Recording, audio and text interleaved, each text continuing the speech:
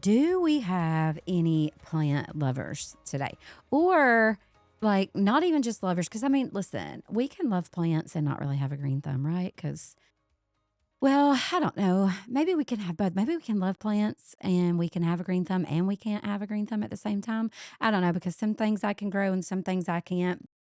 Maybe you're a plant mama and you have all the plants and you're good all the time and your plants are good all the time. And listen, I am here for that. And I need you to tell me what you do to make that work and how that's working for you all the time. Because what I need to know right now is have you ever had a plant look completely done for, like dunzo, only to find out it was just thirsty? Okay. I have a pothos. Well, I have several pothos. And the reason I love them is because they can like grow in, I mean, like minimal light. They don't have to have a lot of crazy light. They don't require a lot of temperature, you know, differentials and all the things. And I think one of the really big things I love about them is how dramatic they are because I'm going to tell y'all, I have this one sitting in my living room that I'm literally looking at right now. She can go from perfectly fine to full on Victorian death scene overnight. Leaves drooping, completely wilted, acting like we've reached the end, like she cannot go on any further. And then I gave her some water and a little happy house plant food. And suddenly she's standing tall again, like, listen, I was just kidding. I needed a drink. Do you have any like that? Okay. Lately, I cannot stop thinking about how much that looks like me, especially in this season. In Charleston, it's been hot and humid, and I've just needed a drink, but not just literally a physical drink. Sometimes what looks hopeless isn't dead, it's just thirsty. Can I get an amen, somebody? It's grieving, and sometimes it's waiting. And sometimes, against every expectation, bright orange flowers push their way through gravel beside railroad tracks and remind us that life can grow in the most unlikely places. Today, with me, I have Christie Award winning novelist Johanna Rojas Vann. She and I are talking about grief and gardens, motherhood and marriage, unexpected friendships, the slow work of healing, and what it means to believe that something beautiful can still bloom right here. Not after the hard thing, not after it's over, not even on the other side, right here in the middle of it. And this one feels especially wildly hopeful, friends. So if you have a pothos, and she's looking wilted. Hey, she can still perk up. Let's talk about it. Hey, friends, welcome back to Wildly Hopeful Podcast. You've had a little pre show teaser about what our chat is about today, and I'm so glad you're here. Our friend today is Johanna Rojas Vann. She is the multi award winning author of An American Immigrant, which won the Christie Award for first novel and the International Latino Book Award for the best first book and was a finalist for the Tennessee State Book Award. Johanna is also a wife, a homeschooling mama of almost four, a woman who knows something about carrying both grief and hope, and a storyteller who pays attention to the places where those two things meet. Her new novel, Where Wilted Flowers Bloom, releases August 25th from Waterbrook. It follows Sandra and her husband Aaron, who moved from New York City to Nashville, hoping for a fresh start after the devastating loss of their infant daughter, Rose. But as so many of us know, changing our geography doesn't necessarily leave our grief behind. Then Sandra meets Mark, her elderly next door neighbor, a widowed retired pastor with a quiet wit, a garden, and grief of his own. And slowly, an unlikely friendship takes root. And what unfolds is a beautiful story about being known, loving again after loss, neighboring well, and discovering that healing doesn't require us to pretend that the hard thing never happened. And that's what I especially wanted to talk about today. Not hope that waits for everything to get better, hope that grows right here, hope with dirt under its fingernails, hope that can sit beside grief without trying to hurry it away, and hope that somehow keeps believing the gardener is still at work, even when all we can see are wilted flowers. So excited to welcome our friend Johanna to the show today. Um, I wanted to tell you, Joanna, if I would have known that you were outside of Nashville, first of all, we would have been doing this live in a studio in Nashville. Oh, That's my stomping grounds. Nashville's my home. We oh, moved to Charleston for my husband's job. I would have absolutely loved being in person with you. And so I was thinking, after our chat today, you and I will have to get together and we'll have to schedule another episode soon so that we can be together. I think it would you'd just love be, that. yes, I think as we talk a little more and the more we get to know each other, of course, I'm the spy because I'm interviewing you today in our Wildly Hopeful chat. So I have gotten to like deep dive into all the things who you are, but you don't really know me that much yet. So I think once you get to know me a little more, you'll see that our stories, we have a lot in common. I So, love that. I'm so excited. but thank you for being with me today. Thank you for being on the Wildly Hopeful podcast. I truly believe that the message that God has written on your heart is timely, and I believe it's for such a time as this. And I am so grateful that our friends and listeners will get to glean a little from you today. And hopefully, by the end of our conversation, we'll have some tangible hope to hold on and just a little more peace than before we started. But Yes, I love that. before we get into all the things, I love to let our listeners meet who we're chatting with. They know me, they've been listening to me for a year now, but they don't know you very well. So I want them to meet you, who you are, who your neighbors know, who your friends know. If we're just having coffee, tell us a little bit about yourself and tell me what your summers looked like. Like, what's been up with you this summer? I would love to. Thank you so much for having me, Brandy. Well, my name's Joanna, and I am a stay-at-home mom of 3 littles, soon to be 4. My oldest is 5.5, and I'm expecting my 4th baby next month, so I'm very excited for that. So, primarily, I'm a stay-at-home mom and a wife, and then somehow in the very, very slim margins of my life, I find time to write fiction, inspirational Christian fiction. It's been such a joy to get to do that because I know it is such a privilege to work with a Christian publisher to get to write these beautiful novels that inspire and bring hope and light, but also doing that with all these little kids running around the house 24/7 because we also homeschool. So Yeah. I'm never really alone except for right this moment during our interview. And then this summer has been actually really special. I've been very, very pregnant this whole summer. And so we've not been doing much. We've been home a lot. We've been cooking a lot, stocking the freezer for when the baby comes. We've been at the splash park a lot and at the YMCA pool a lot, and just kind of having relaxed days at home in our pajamas all day long, watching movies in the afternoon. And honestly, I posted this on Instagram the other day. It's been one of my most favorite summers. You Oh, I know, love that. Yeah. usually you think, oh, big trips and adventures and doing all these crazy things in the summer. And this summer has been so just home based, and Yeah. it's been sweet. I've Yeah. loved it. Baking brownies in the afternoon with my kids, and so that's what I've been up to. Not much, but a whole lot. Yeah.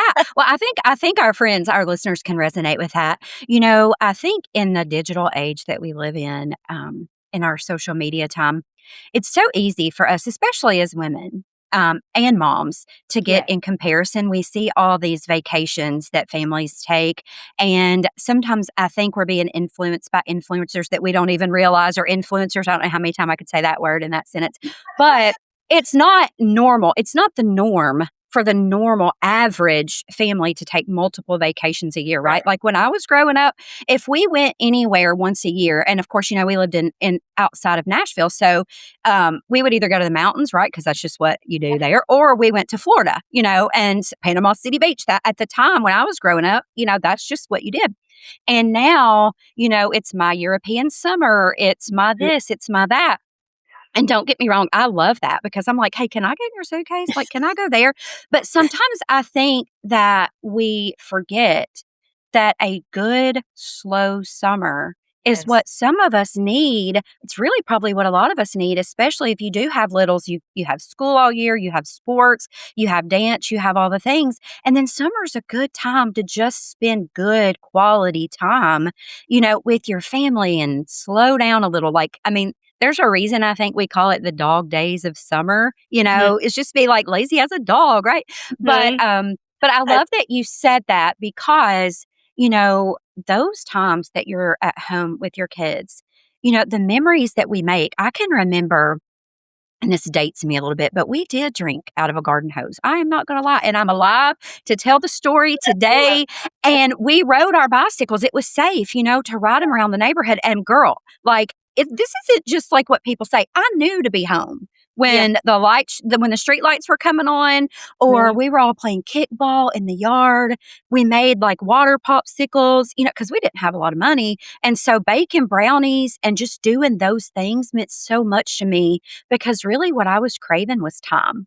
Right. And I think now we feel guilty because we spend so much time away. Like it just takes so much to live, Yeah. especially in the United States of America in the year of our Lord 2026.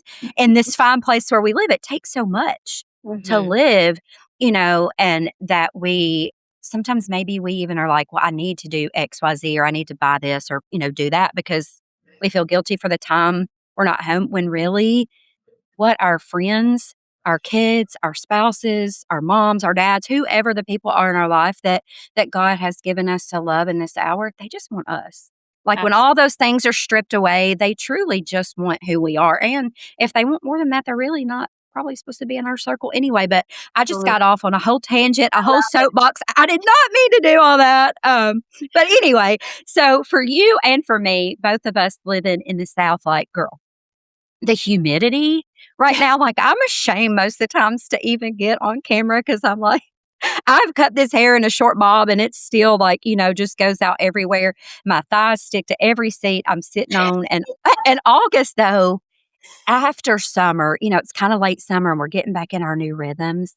It feels like, um, almost like even though it's not a new year, it's an interesting time for me. It just always feels like new beginnings, like my Yes. life just kind of resets in August. And I feel you probably think that too. It's technically summer, but we're paying attention and we're Mhm. starting to notice things more, like little hints that another season's coming. Baby, if I see one leaf drop, I am the one that's like, and I am an autumn. Like I am getting all my, Spice yeah, latte. Yes. yes. In October, we don't really do Halloween here, but we set our Christmas tree goes out like in October. Oh, We're I love those. I am one of those weirdos. I just can't help it. The lights, like that twinkle, it just gives so me such cozy. joy. Yeah. But anyway, what is your favorite season? Before we go any further, what is your favorite season? I meant to ask you that, and I've just been yapping already. Oh, well, just like you, it's fall. I love fall. Hmm. Obviously, everyone loves spring and summer, but that transition from summer to fall, there's just something so special about it. When it's getting cooler, you can go for more walks, and you see that when the wind blows, the leaves are falling, and school is coming back into session, which I love because I love to teach my kids, and we love to read books and putting on a little more layers and all the warm baking and the stews and the crock pot meals. I just love all of it. And I don't Yeah.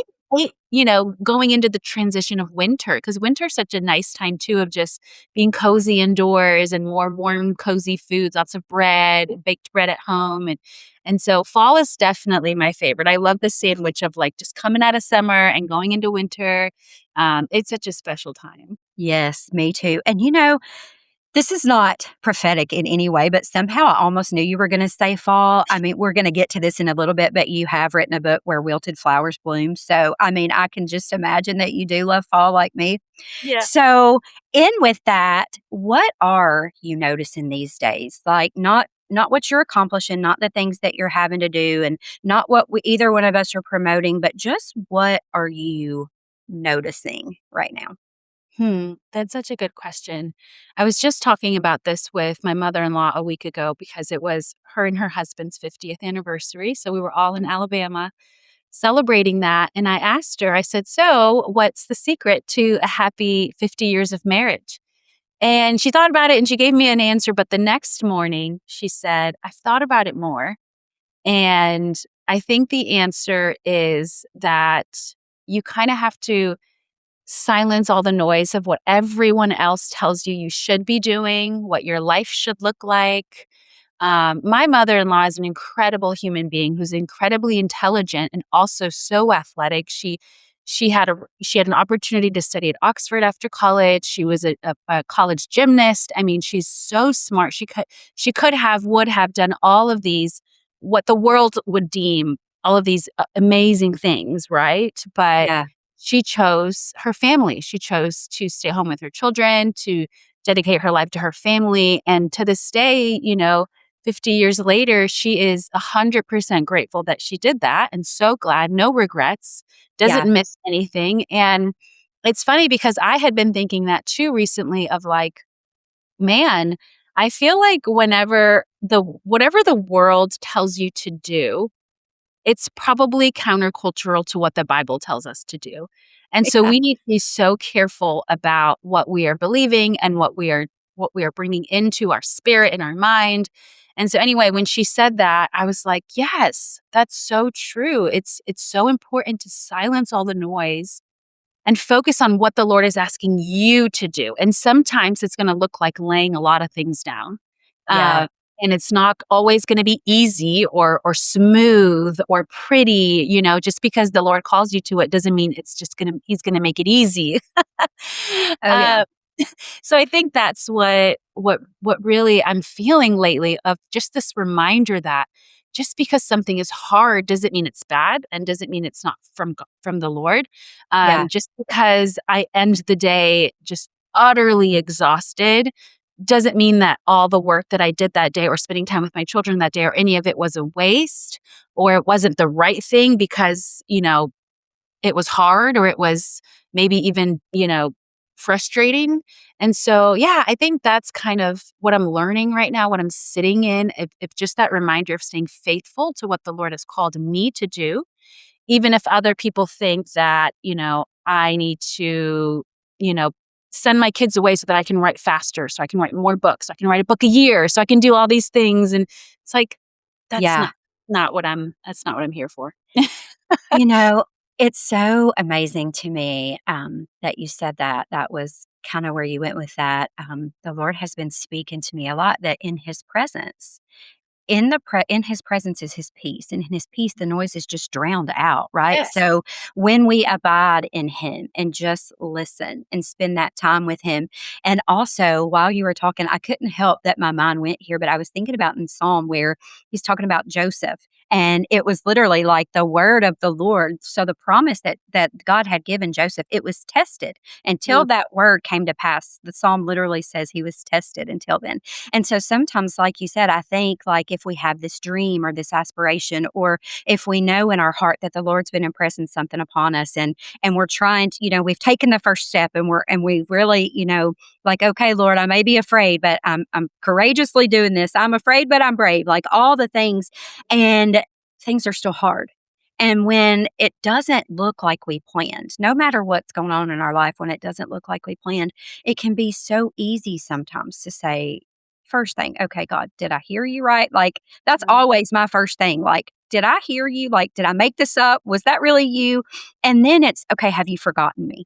Right? mhm. Because it is so, we live in a fast, like microwave world. We want everything right now. And we're used to getting what we want right now. Yes. And so, because we can't manipulate the hand of God to move and do what we want Him to do when we want Him to do it, even if it is what is going to be His plan, it's so hard for us sometimes if His timing isn't our timing. For me, especially, I'm like, okay, like, I'm looking at my watch here, like, I know this is what I thought you told me to do. And it is. But if we can just stop and remember that even when we can't see what He's doing, His word is faithful and He's Yes. true to His word. And no matter what, even if it doesn't look the way we plan, yes and amen is yes and amen. And Absolutely. so I love that. And I think when you answered that story and I was listening about them, you learned so much. we learn a lot by each other. Like, if you tell me what you do, like, I'm a nurse practitioner, and a writer, you go into all these things, and we're a mom and we're a wife. But what I really enjoy especially when I'm making new friends, is I love to learn, like, what you delight in, like, Mhm. what makes your heart, like, full of joy and wonder. And we learn so much about people by what delights them. I truly think that. And so that leads me into the next question before we do our deep dive. I want to know, and I want our friends to know, because you're a busy girl too. Like, um, ambitious. Ambitious is good. I know a lot of people think being ambitious is bad, but it's not having ambition that's bad. The Lord gives us that. It's when we Right. get prideful and things like that, right? And so we wear so many hats. So maybe it's your kids, or baking bread, or just watching a flower bloom, or coffee, whatever it is. I think those little things tell us, like I said, what you delight in and what you're finding joy in. Just tells us a little bit about who you are, and lets our friends know that the two girls that they're listening to gab right now and yap are human and just like them, above all else. And so, yeah. What's a couple things that you're just noticing? So we've talked about noticing, and now, like, what's just bringing you joy right now? For me, it would be food. I just love food so much. And I truly believe it is one of the most marvelous gifts that God has given us. Yeah, Because He very well could have said, just take this pill every day and you will be nourished. Just take this little, you just need to eat once a day. This yeah, little, that's all you need. Instead, He made it so that food would be such a delightful thing, first of all, to all of our senses.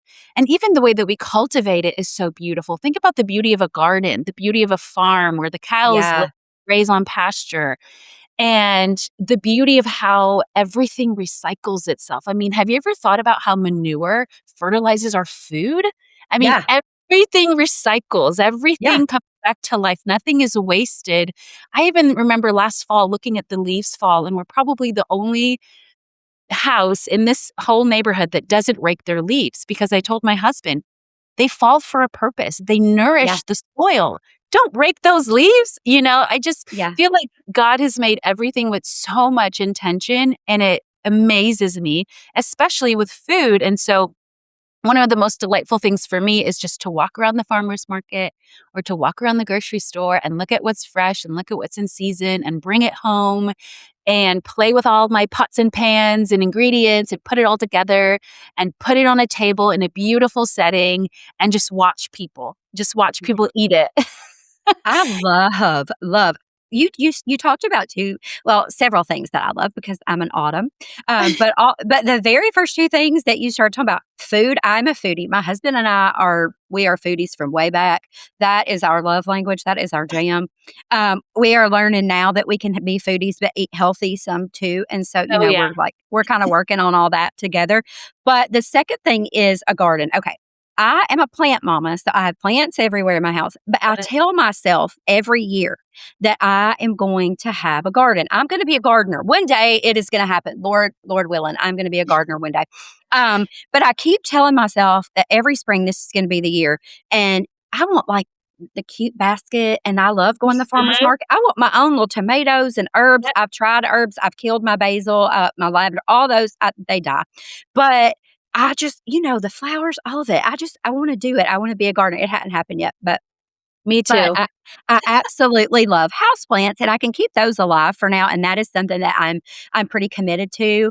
But pothos, I absolutely love a pothos, and maybe it's because they're so dramatic, and I am so dramatic.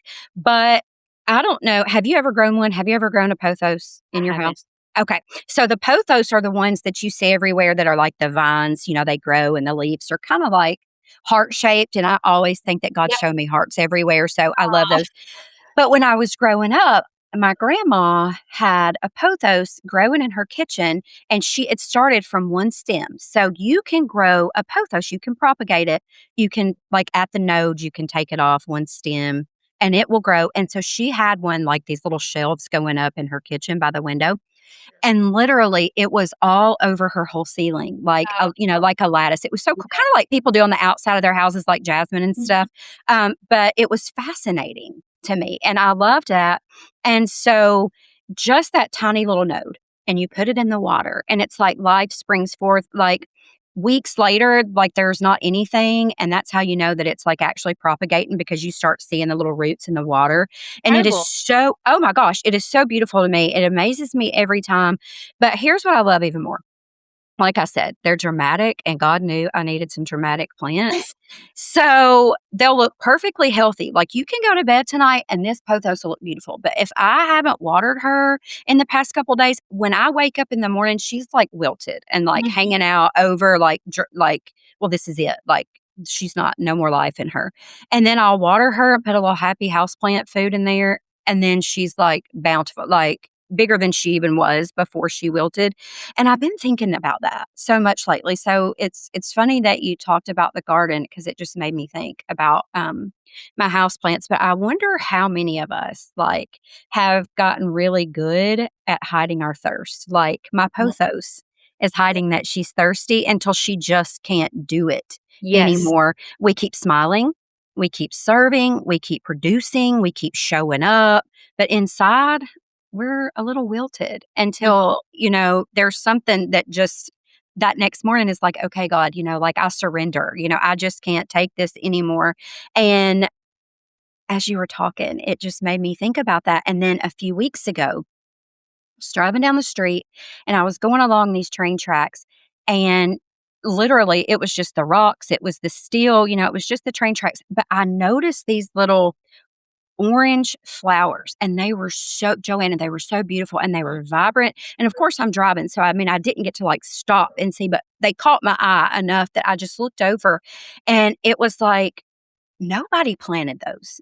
Nobody planted those flowers. Nobody was watering them. Nobody was tending to them, and yet like there they were. And so as I'm driving by, I was just like, wow, God, like wow. I mean, that's literally, I just remember thinking that because they shouldn't have been there, right? Yep. That wasn't the place for them. They shouldn't have been there, at least not according to me anyway. Like, I wouldn't have thought that these beautiful orange flowers were just going to be growing up in the middle of train tracks. But God really loves growing beautiful things in unexpected places.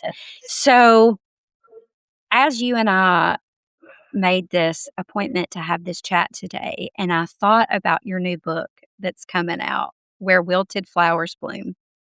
I thought about me wanting to be a gardener. I thought literally, as I seen the title before I even read any further about what your book was about, I thought about these orange flowers. I thought about all these things that we've kind of chatted about this morning.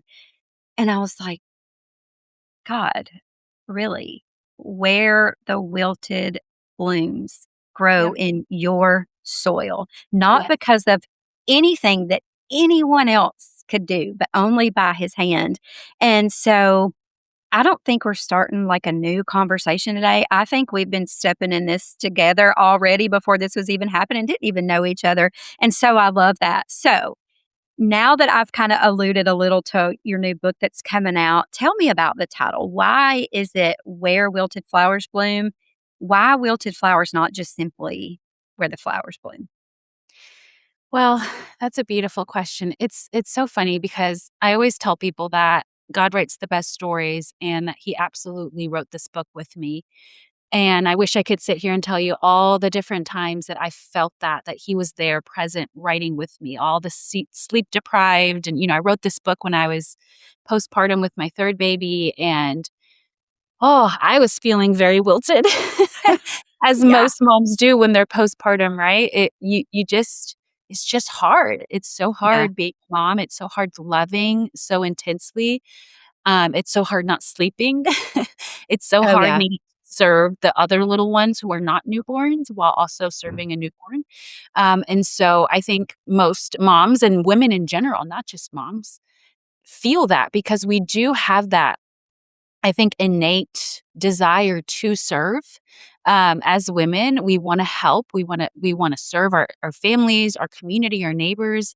And so I think most of us can relate to feeling a little bit wilted. But going back to God writing the best stories, this story, there is a beautiful garden in this book that the elderly neighbor cultivates after his wife has passed away. And it's just amazing to me because for most of the writing of this book, there was no garden in this book. It was Yeah. actually my husband's idea to make the widower next door a gardener, and that came very late in the writing of this book. And now it's like the main part of the book. And part of me is like, I can't even believe that that wasn't going to be a part of this book. It takes like so much of the book takes place in this garden. Yeah. And isn't that beautiful that God brought me that and somehow helped me fit it all into a book that I had already, I don't know, 60% had it written. Mhm. And then it just I just kept thinking, man, it's just so beautiful because the first humans were placed in a garden, right? Yeah. And the way that gardens are so intentional, like we see so much of God's hand in a garden, of the way that there's even a part in the book where the elderly neighbor gets pricked by one of the prickles in the roses, and Sandra, the protagonist, is talking about how, oh, why do these beautiful things have these little prickles? Like, it's kind of macabre, don't you think? And he says, no, there's great intention in that, because if they didn't have these prickles, then the deer would come and the other animals would come and they would eat the flower and we wouldn't get to enjoy the beautiful flower. It's there to protect it. Mhm. And she's like, oh my Oh, gosh, I never thought about that, yeah. Just so much beauty and so much intention in a garden. And I hope that readers see that, and I hope that they kind of see the world around them in a new way of how much intention the Lord has put into everything, even the plants that you talk about. They clean our air inside our home. They give us Yeah. fresh air to breathe. Yeah. It's like having a free air purifier. Yes. It's all so intentional. And now I've rambled and kind of forgot the question.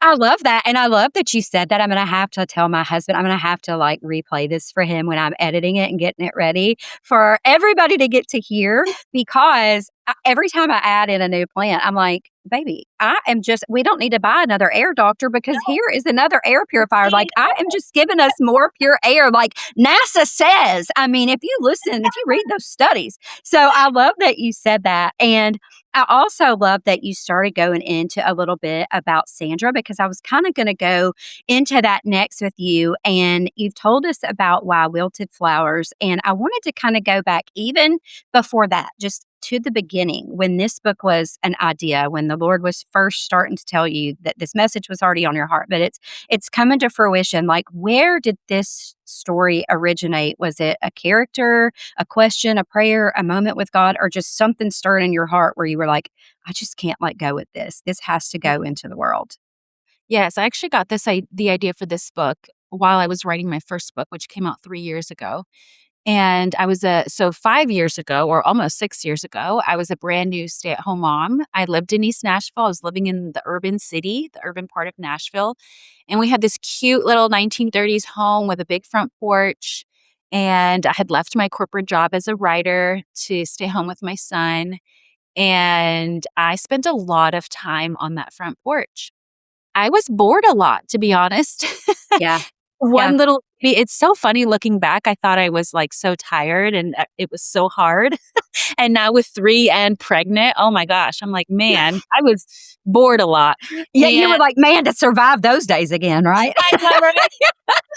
And so I would sit on the front porch in the mornings or in the afternoons and kind of rock him and hold him.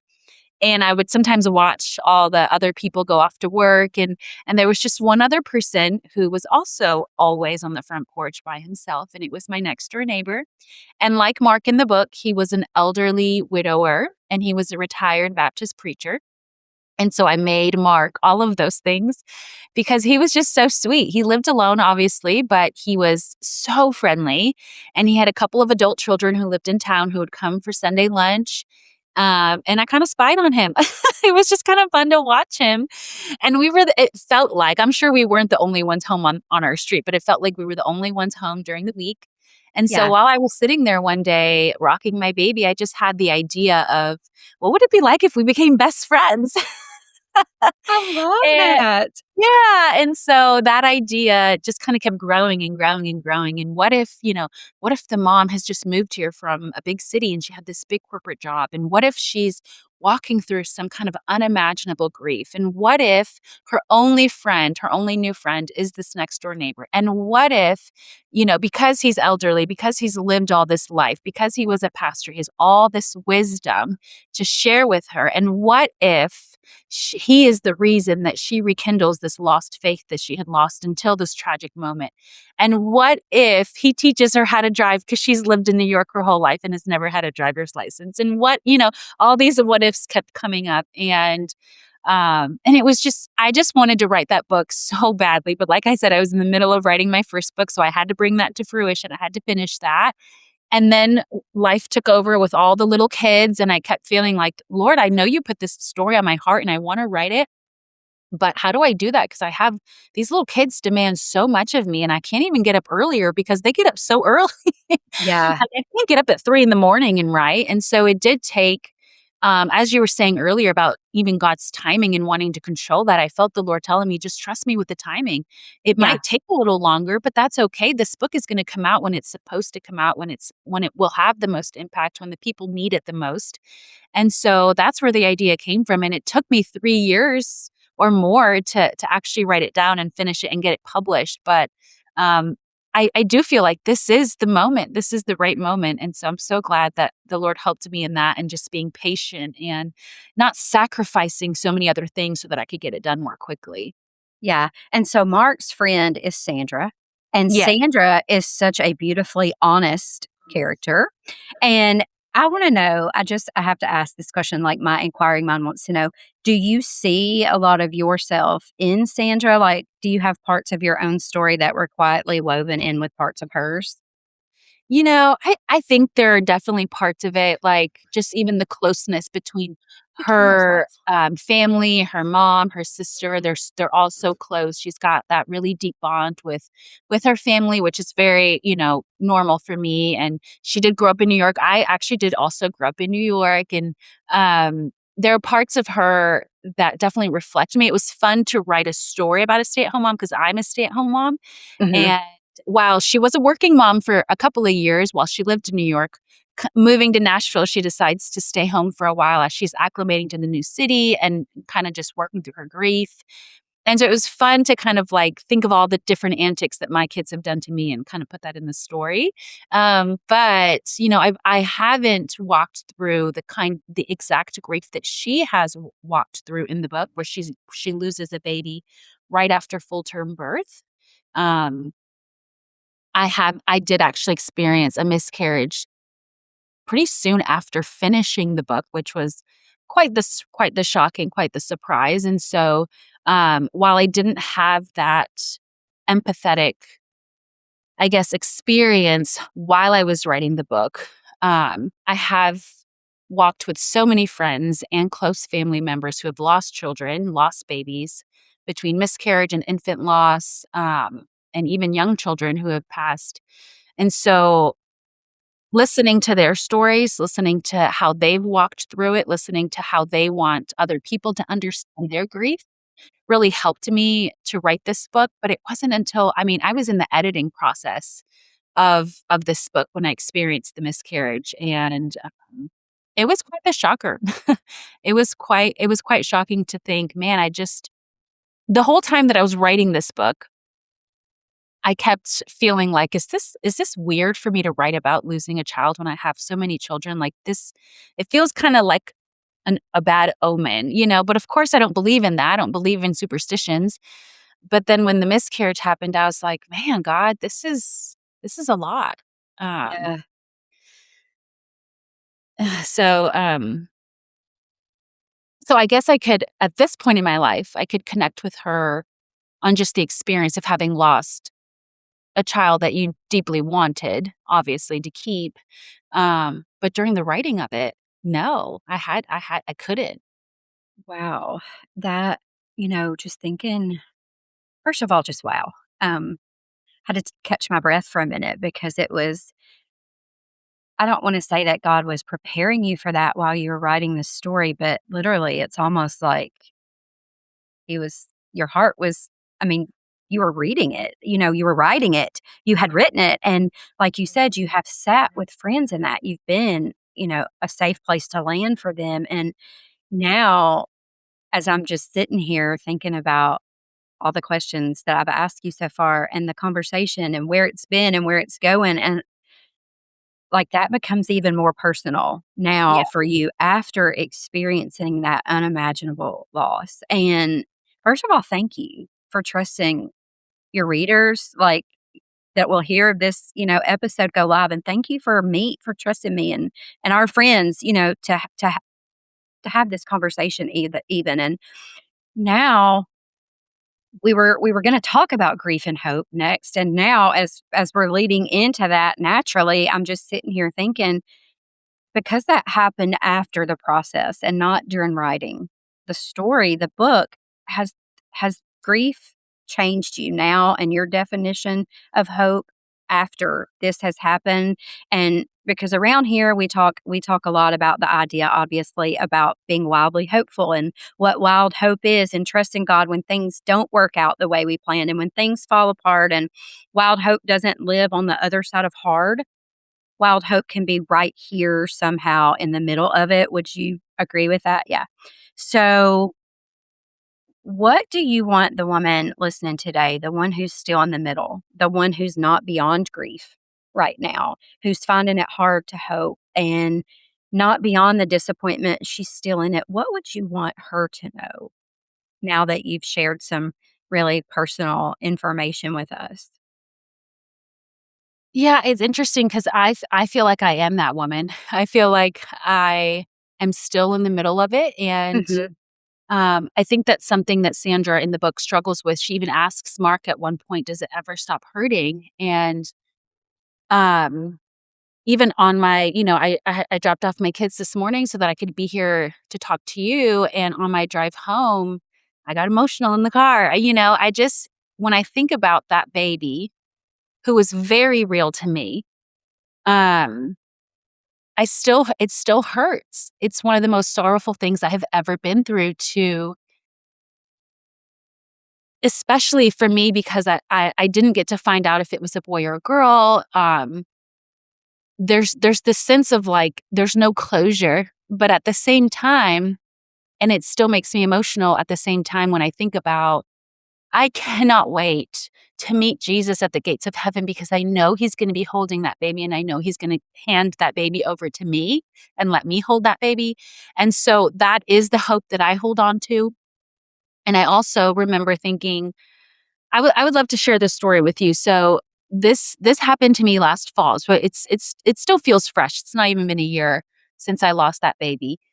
Um and it was on a Wednesday, and it was the week before Thanksgiving, and I was scheduled to fly that Saturday to Maryland to see my sister. And I was contemplating, like, do I do this? Because miscarriage was so much more intense than I ever knew that it was, which makes me honestly feel really bad for all the times that I've hugged my friends who've miscarried, and I've been there for them, and I've sat with them, but I didn't know everything that they were enduring in that Yeah. moment, right? How could I? Because I hadn't been Mhm. through it. I didn't know about all the physical things that your body goes through when you're miscarrying, and how heavy that is when you're already emotionally so upset. And so anyway, I wasn't sure if I was going to go, but at the very last minute, I already had my flights, and it was my first time flying alone with my children. And I was like, you know what? All three of my kids, I was like, you know what? I'm going to do it. I don't know if this is the right thing to do, but I'm just going to do it. I'm going to go to Maryland and see my sister.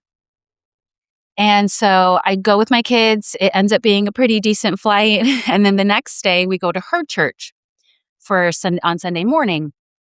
And, at this moment, I'm still in pain. I'm still having cramps. I'm still bleeding. There's still so many reminders that I've lost this child.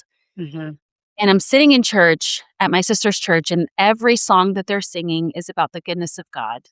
And Brandy, I hate to say it, but I was not feeling it that morning. I Yeah. was sad. I was broken. We sang The Goodness of God by Bethel Music, and then, a couple of other popular ones about the goodness of God. And I didn't sing. I did not open my mouth to sing. And Yeah. looking back, um, I feel sorry for that. But I was so broken that day. Mhm. And then, but God is so kind because the sermon that day, um, was I felt like the Lord was just gently talking to me. It was about David. And when David lost his baby, and he was begging God, please, God, don't take my baby, please. Mhm. He was so sorry for his sin, and he was so sorrowful that his baby was going to die. And he was, just distraught. And when they came and told him, I'm sorry, David, the baby has died. He's gone. What did he do? He got up and he washed his face and he changed his cloak and he went and worshiped God. And I felt like the Lord was very gently telling me, it's okay. It's okay to worship. It's okay. I'm still good. I promise you. This doesn't mean that I'm mad at you or anything like that, I'm still good and I'm still worthy of your praise. And it was just such a good reminder for me not to just move on, wash your face and move on. That's not how I received that, but more so I do have to accept the brokenness of this world, right? I do have to accept that brokenness is going to happen to all of us. And we will all, no matter how faithful we are, no matter how spiritual we are, we will all walk through unimaginable tragedy. Yeah. In that moment, I was walking through it. And yet, what does the Bible tell us? We don't grieve like those without hope, right? Yeah. And so I have hope that my baby is safe and secure. And even though it hurts me here, I can use that. I can use the way that the Lord has comforted me in that moment, right? With those Yeah. words, that reminder from David, and I can use it to comfort those who are mourning. That's also what the Bible tells us. And so it was very real to me that I had just written and finished editing this book. And Brandy, even before I lost this baby, the dedication in my book says, this book is for every mother who daily carries the pain of having lost a precious child. I pray that you will see God's goodness in the land of the living. That's my dedication. And I became that mom all of a sudden. You are writing this to yourself. God I was was writing writing that as a love letter, like, to you. Like, I absolutely. literally don't know if I'm supposed to sit here and, like, shout or fall off my stool and cry right now. Like, he was writing, you were every mother. Like, you carry this message. This message came from you, but you also carry this message and can sit with other mothers. And I I love it. And now to know that that is the dedication of your book, like, I'm truly just in awe. I'm in awe of God. I am I'm in too. I mean, awe. I've told so many people, because people would look at me and say, but how did you do that? You have all these kids at home with you. How did you write this whole book? And I'll look at them and I'll tell them, I'm not trying to be overly religious. I really feel like the Lord wrote this book with me. Like sometimes I would go back and read as I was editing, I would read parts of the book and I would think, I don't remember writing this. Like it's almost like he took over the keyboard for me and like wrote down these words when I was so sleep deprived that I couldn't get them out myself. And even the dedication, like you said, he knew what I was going to walk through. He knew the message that I would need to be constantly reminded of, which is one, I am going to carry this pain for the rest of my life. I Yeah. think that's a reality that I try to portray in this book that we as Christians sometimes forget. Like we assume that because we have the Lord and we have the Holy Spirit, that like if we walk through a tragedy, it's just all better. We're going to be Yeah. fine. We're going to have this peace and joy, and we're never going to feel sorrowful. And it's just not true. I mean, my mother-in-law lost her sister, I don't know, 20 years ago. And anytime she talks about her, she still gets emotional, Yeah. Same with my mother. My mother lost her brother 5 years ago, and she still gets emotional every time she talks about him. It's a reality of our brokenness and the reality that it wasn't supposed to be this way, right? Death Right. wasn't supposed to be a part of the story. And so no wonder we carry this pain forever. And so I feel like the Lord was reminding me with that dedication that like, yes, I'm going to carry this for the rest of my life. It's going to be a daily pain. And I feel that now. I mean, I feel the pain of that. I missed that child. That child would have been due in June. And so back in June, I was like, oh man, I would have had a newborn right now and it would have been so sweet. And then the second part of the dedication that says, I pray that you will see God's goodness in the land of the living. It's a daily reminder for me. And I felt it in Maryland. I remember after that sermon, my sister has 3 kids and I have 3 kids. And I remember looking at their little faces with this renewed sense of awe that these children are so precious. They're so Yeah. beautiful and they're such miracles. Even my sister's oldest, he has Down syndrome. Like, he's a miracle and he's beautiful and precious and has a purpose. And I remember volunteering to take all of the kids except for my youngest to the aquarium in Baltimore, which is not something that I probably would have done a few months earlier, but I was just so in love with them and I wanted to take them to do something fun. And I told my sister, you stay home with my baby and I'll take the others to the aquarium.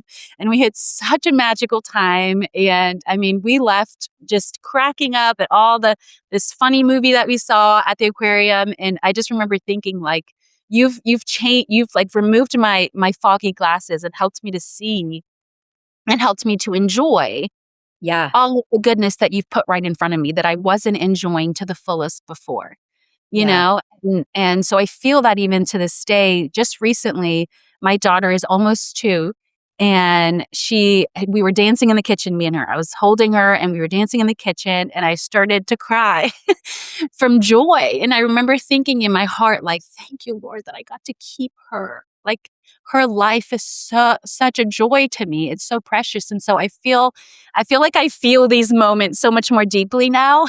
Yeah. The Yeah. two, the joy is so much more deep and profound. And I'm so grateful for that. Wow. Yeah.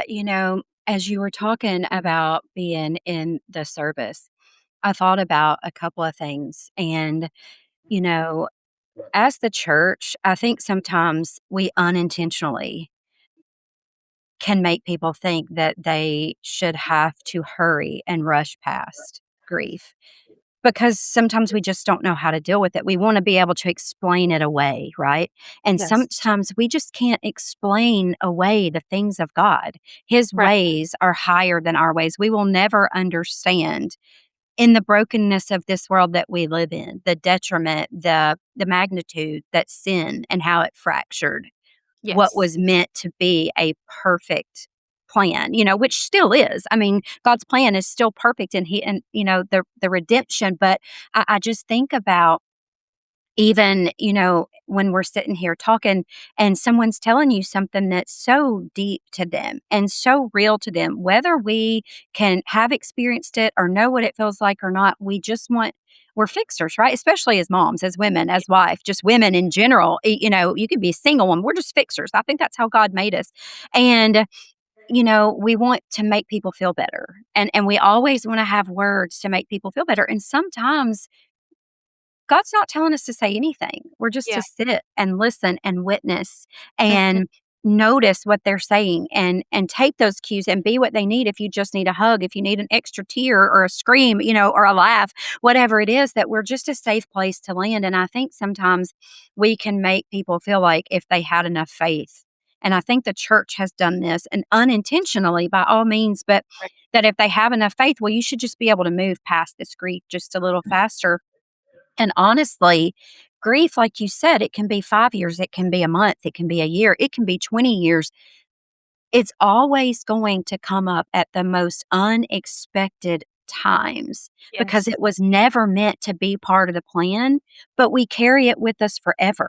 And so, joy and grief are not in opposition of each other. They're both and we can hold them both in the same hands, just like the Lord, was showing you it's okay. You can worship me at the same time that you're grieving. Yes. You're not bypassing this hurt and what you should be experiencing by worshiping me. You can do both. You can grieve and have the joy of hope for what's to come at the same time. And sometimes I wish that there were so many more people that we're able to sit with people who are hurting, who are broken, who are in the middle of something right there in the middle, or who still feel like they're in the middle of it. If it's 20 years later, just to say, there's nothing wrong with you. Yes. There's not a measure of faith that could be any greater than what you could have to help you grieve this less or to hope a little more. Right. We just have that hope and a promise in Him.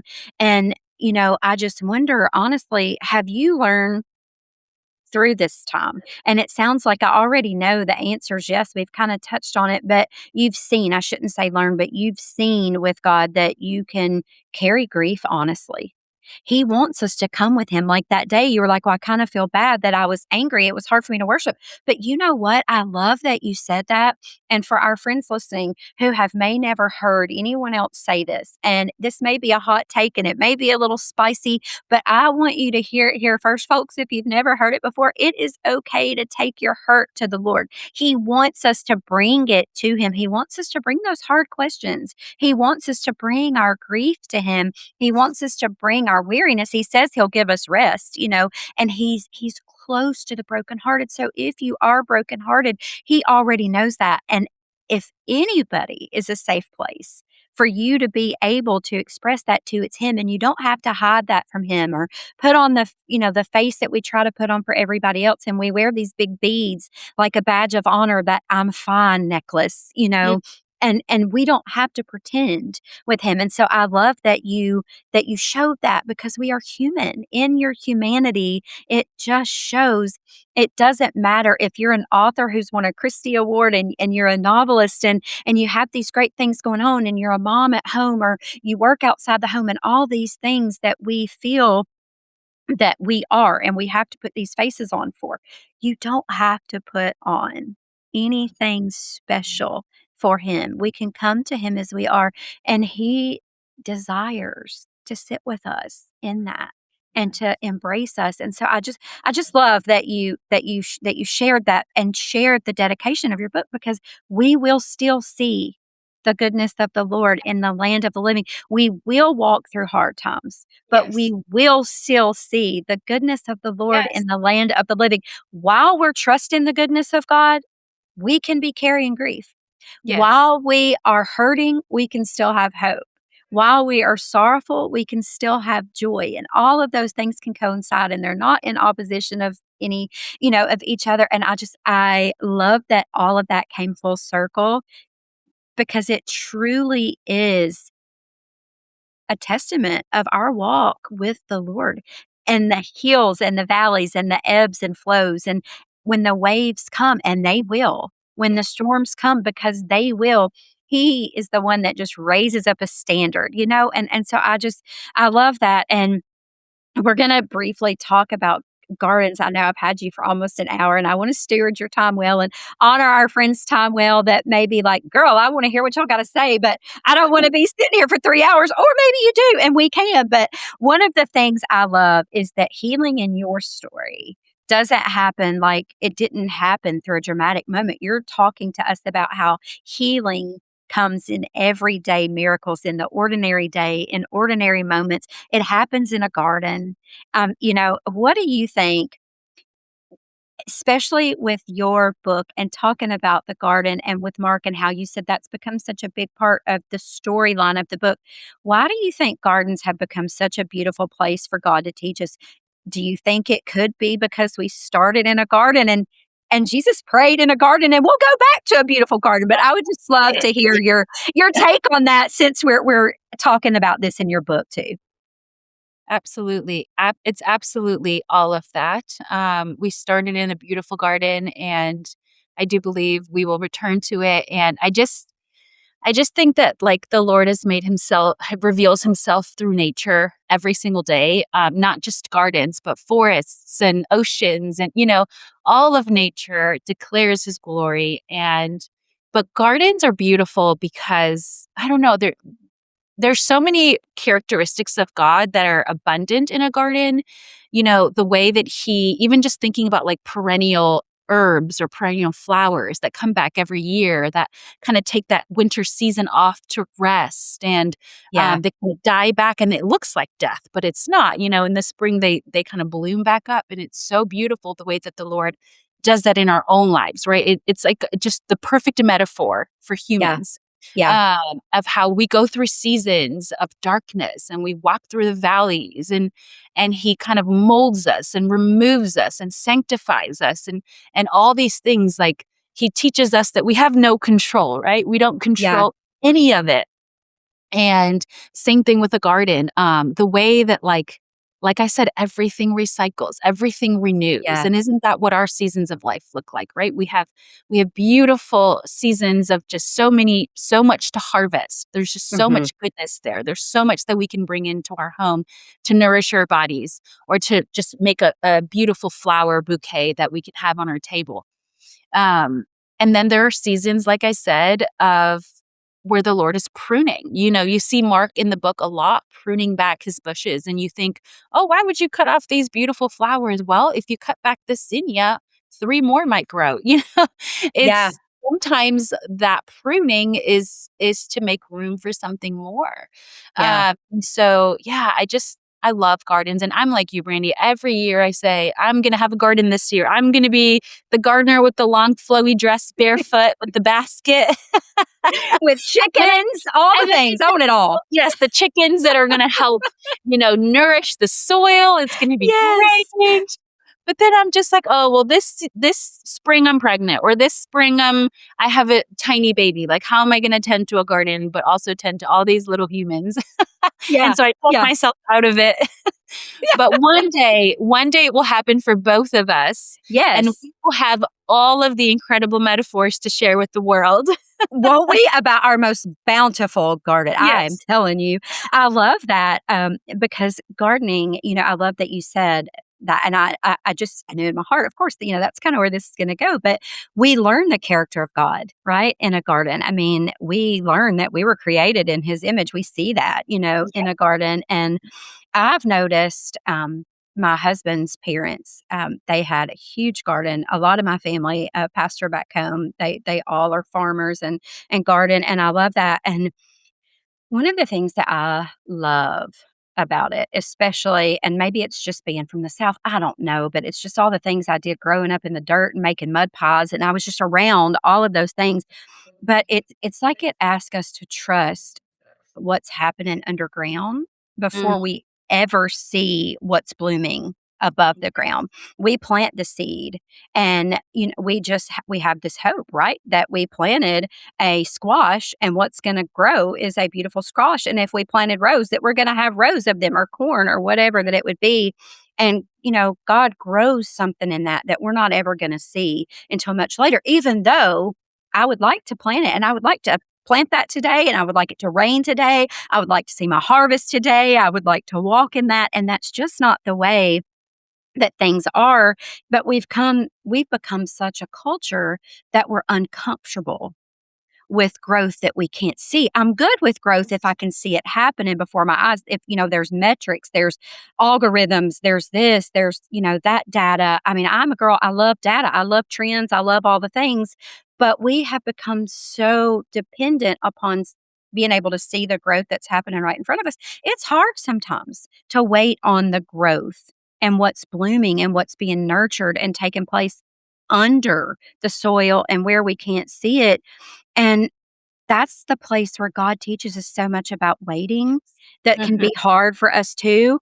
And then I started thinking, we're talking about the garden, and then that makes me think about Mark and, Sandra again. And one of my favorite parts about your novel that I know of so far is that we see all this taking place, the waiting. We see what goes on in the darkness and the dampness of the soil, and there's still life, and how the light just brings forth, the life. But also healing comes forth in a neighbor that she didn't even know. And so it just goes to show for our friends, because listen, I'm a midlife girly, and sometimes friendships in this adult age can be awkward. Mm. I moved to a new state to make new friends, a new church, like all of the things. And you would think, because this person that's like an extrovert and like talks too much and all the things, that it would be easy. And sometimes it's just not. And so we think, well, there's just no way that I'll ever have the community that I long for, or God's just, this is never going to happen for me. And then we see in this novel that healing takes place in an unexpected place, because that's where God does miracles, is the place Yes. where we least expect them. And it takes place next door, with a neighbor that we don't know. It's not in a conference, not in a church conference, a women's conference. It's not behind a pulpit or on a platform. And it's not in this big, huge, grand miracle that we can see the metrics for right now. It's a neighbor. And God says to love our neighbor as we love ourselves. And that could be a whole nother podcast because sometimes we can't love our neighbor because we don't even know how to love ourselves. And I get so passionate about thinking about this, your book, but also truly this is life and it's taken place and what we are willing to tend to and cultivate, God's willing to grow. Yeah. If we're willing to tend to it and cultivate it, He's willing to grow. And we forget sometimes just about what neighboring means. I mean, I can tell you about having neighbors to the left, the right, in front of me. Before I moved here, I lived on 25 acres. My only neighbor was a cow. And so I didn't have to be neighborly, right? And so I Uh-huh. forgot how to neighbor until we Mhm. came here. And hey, sometimes love your neighbor can mean a whole lot when they're hard, to want to be loved on. But, I think about people in our life like Mark who carry hope before we can carry it ourselves. That we don't even know that God's going to bring on our path. And that's what I love about that. Like if Mark's garden, if his bench in his garden could talk, could you imagine like Ooh. all of the things that it would say and the stories that it would tell us? And then, like you said, so you've got the garden, you've got the neighbor, and then you're homeschooling. Like this is your real life. We're in the IRL right now, like we're going real life for a minute. You're raising little ones and you're homeschooling and writing novels and doing all the things. And motherhood, like you said, has a way of stretching every part of us, the good parts, the hard parts. None of them are wasted, but it doesn't mean some of the hard ones aren't easy. And especially if we're overwhelmed, I think about my grandbabies being here. And if a sippy cup gets spilled, and my first thought's like, ah, and really it's not anything about the juice or anything that's being spilled. It's all, the other things. Mhm. But becoming a mother, and being a mother, or like I said, you don't even in this instance have to be, a mother. It's just a wife, a woman. We're fixers. We want to see the things.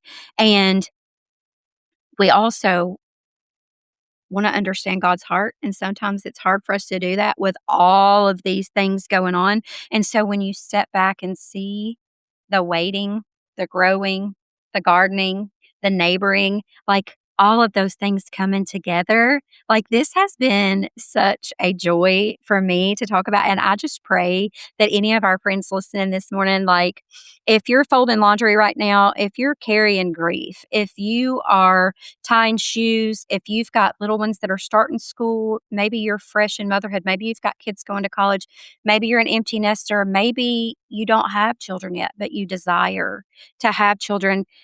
I wonder, Joanna, in all of this and all the things that we've talked about this morning, if you could whisper one sentence to her, the woman in the middle of it, and her it could be so many different things because we're all in different seasons of life. But if you could whisper one sentence in her ear to the woman who is folding laundry or carrying invisible grief, because I can say those are two things, regardless of where we're at in our season, that we all do. What would you tell her this morning? I would tell her what I wanted everyone to see when I wrote that dedication, which is to look for that goodness of God. You have to it's almost like a spiritual discipline because I think so many of us are prone to kind of just sink into the complaining, the weariness, the everything that's so hard that we miss the good. Even in the middle of grief, we miss the good. I was in the middle of grief when I was visiting my sister. I mean, it was so fresh. It was days after. Yeah. Um, and I feel like because I had that encounter at my sister's church, I was able to see God's goodness in a way that I would have missed had I been distracted. I would have Yeah. missed the opportunity to make those memories with my niece and my nephews and my children at the aquarium. I mean, I have a picture from that day that I framed and put up as a reminder that God's goodness is in the small things and the big things. There's lots of big things, but even in the small moments of a trip to the aquarium with these beautiful miracles, like train yourself to look for that goodness, even Yeah. when everyone is crying and screaming and throwing their sippy cups and complaining about the food you made and all the things. There's still so much goodness that can be found if we look for it. And so Yeah. even in the middle of grief, I know it's hard. It's so hard because you're so sad and you just want to sink into that and be sad and be angry. But what good does that do us, right? Yeah. I think if we Yeah. look for the hope and we look for the goodness, God is faithful to show it to us, Yeah. um, and and remind us of His goodness. And that's what we need in this life, right? Because in this world you will have trouble, right? And so we need that mind, those eyes that are trained to look for what's good. Yeah. So before we wrap up, we always do a fun final five here on the Wildly Hopeful podcast because I always, and our friends that are listening, if they've been with us for any amount of time, they know this. I always say, I would love to be the fun friend. I want to be the fun friend. I don't want to be the friend that always has to take it there and the one that always goes deeper. And I always am. And so our little chats are always like, I'm always thinking, oh, this is going to be a fun one. Or, oh, it'll be fun and spicy. And it always goes deep, but that's okay because that's just who the Lord made me. And that's who He brings to have these chats. And so I love that. But I like to end just on like a fun final five. It's just, I'm going to ask some random questions, answer them. You don't have to think about them, but just to kind of lighten our mood a little before we let our friends go for the rest of their day. But before we do that, I just want to say your first novel won a Christie Award. And I don't know that I touched on that enough. And I just wanted to say that I'm so proud of you for that. And congratulations, because that is a crazy, incredible honor. But I can also imagine that winning awards for a story don't tell the whole story. And so I'm sure there's a lot that you had to learn on that journey along the way too. And you didn't have industry connections when you wrote, your first book. Or if you think back about the first thing that God asked you to do, there may not have been somebody there holding your hand. There's people there you have now that you didn't have in place then. And I'm sure that we have friends who are listening that have had a dream tucked away and they feel like they're unknown or they're not seen or too busy. And I just wanted to give them a little hope and encouragement on that no matter where you are in your story, that God is not done. That we can be wildly hopeful in that. And I also know that you had said before that you wanted to write Christian fiction that wasn't cheesy. And that made me laugh. I love that because I'm always like, okay, I don't want to sound cringe. I don't want to be cheesy. And my kids are like, no matter what you do, you're probably going to be anyway. And that's fine. We love you for it.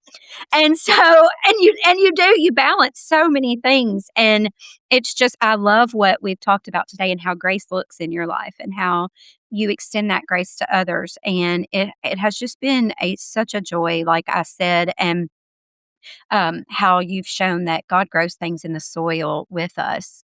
He does it when He's having to pull us along, and He does it when we don't give up. But Yeah. there's always something that He's doing. And so, anyway, okay, now we're going in the wildly hopeful. I just had to say that. That was on my heart. I just had to get that off. Okay. Yeah. What is bringing you just delightful wonder and joy right now in making some type of food? What is it? What is it? Is it mixing the ingredients? Is it just remembering how to make it? Like, what is it that that you said you delight in food? What is it that brings you joy in that right now? I think it's just using my hands because Yeah. I heard someone say, I can't remember what book this came from, but if you work with your mind, then you need to rest with your hands. And if you work with your hands, rest with your mind. And so I feel like my work is with my mind because I write and I teach my kids. And so using my hands, especially when I'm making bread, which I make all kinds of bread, when I'm stretching and folding, when I'm kneading by hand, when I'm shaping a loaf before I put it into a pan, there's something about those motions Yeah. that bring me peace and bring me this like satisfaction that I don't Yeah. get anywhere else. And I think that I would get that from a garden if I had a garden, like putting my hands in the dirt and digging things up by hand Yes. without gloves on. Like I think I would love that. But right Yes. now it's in my kitchen where I can keep an eye on my kids and Yes. and it's just that kneading motion that brings me joy. Yeah. Yeah, I love that. Okay, so if you had to rush out the door right now and grab your bag, what is one thing and keys don't count. What is one thing that you have to make sure you cannot leave at home without? You have to carry it every time you leave in your bag. Water or tea because I'm Yes. so thirsty all the time. Amen and amen. Yes. Okay, are you a makeup girly or a clean face, no makeup girly? Oh, that's such a good question because I love putting on makeup, but every time I put makeup on, I'm like, oof, if I do this, if I choose to go this route, Joanna, at 10 o'clock, you're going to have to wash it off. Are you prepared for that?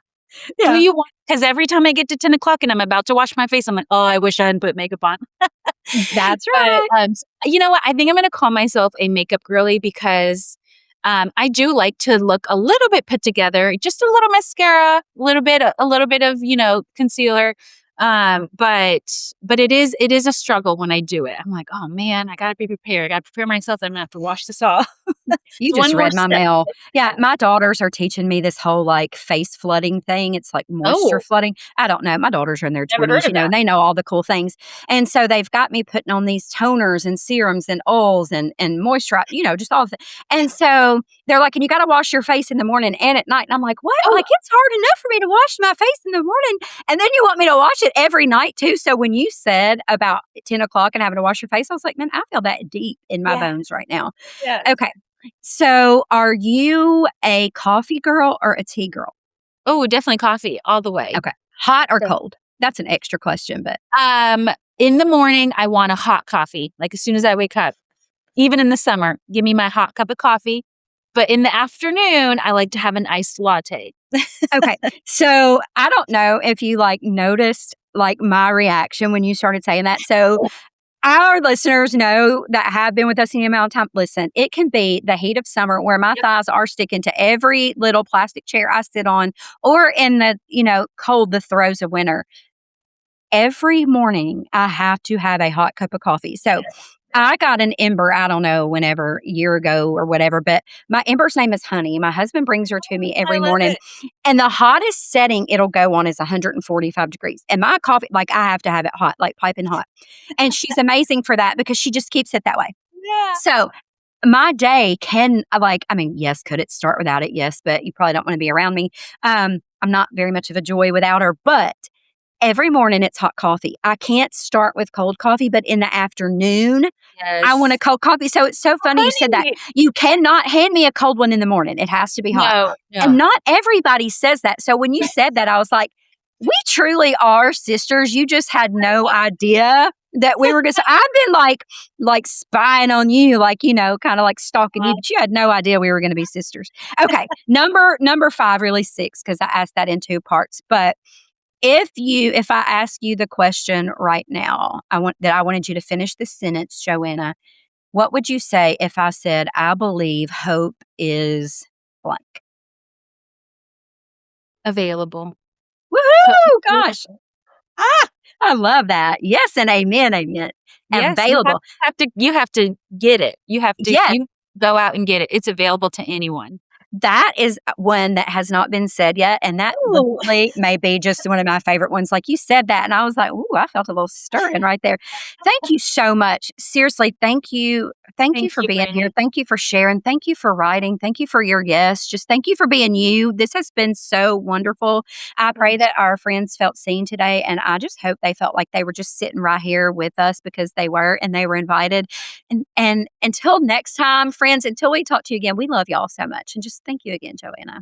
Oh, Thank oh, you. oh, oh, wait, though. Wait, where can our friends, before I ask this, if they want to know more about you, how can they get connected with you? Yeah, you can go to my website, johannavann.com. That's Van with 2 N's. And Where Wilted Flowers Bloom comes out August 25th, and it's available anywhere books are sold. And can they pre-order now? Is there Absolutely. pre-order? Yes. Okay.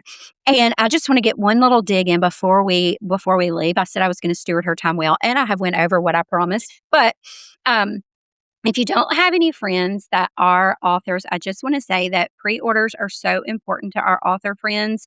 And so, if anything that we've talked about today, if it has made you curious, or just if you feel an invitation to read this book, if anything that we've said resonated with you, if you can, pre ordering her book just helps her. It helps the bookstores know who wants to carry it, how many copies they need.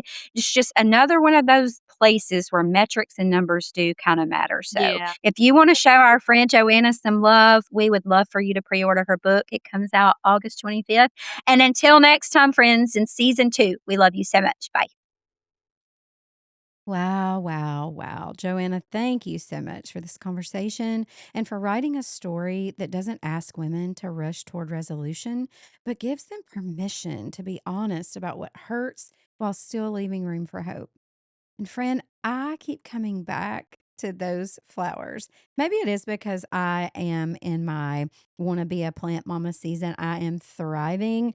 My ridiculously dramatic pothos that looks completely finished when really she's thirsty. That tiny cutting that can grow an entire new root system from one little node. And those orange flowers I saw pushing their way through gravel beside railroad tracks where nobody had planted them.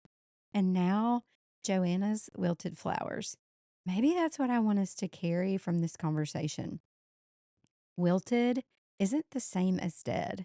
And the presence of grief does not mean the absence of God. You may not be in a blooming season right now. Maybe you're tending something. Maybe you're grieving something. Maybe you're waiting.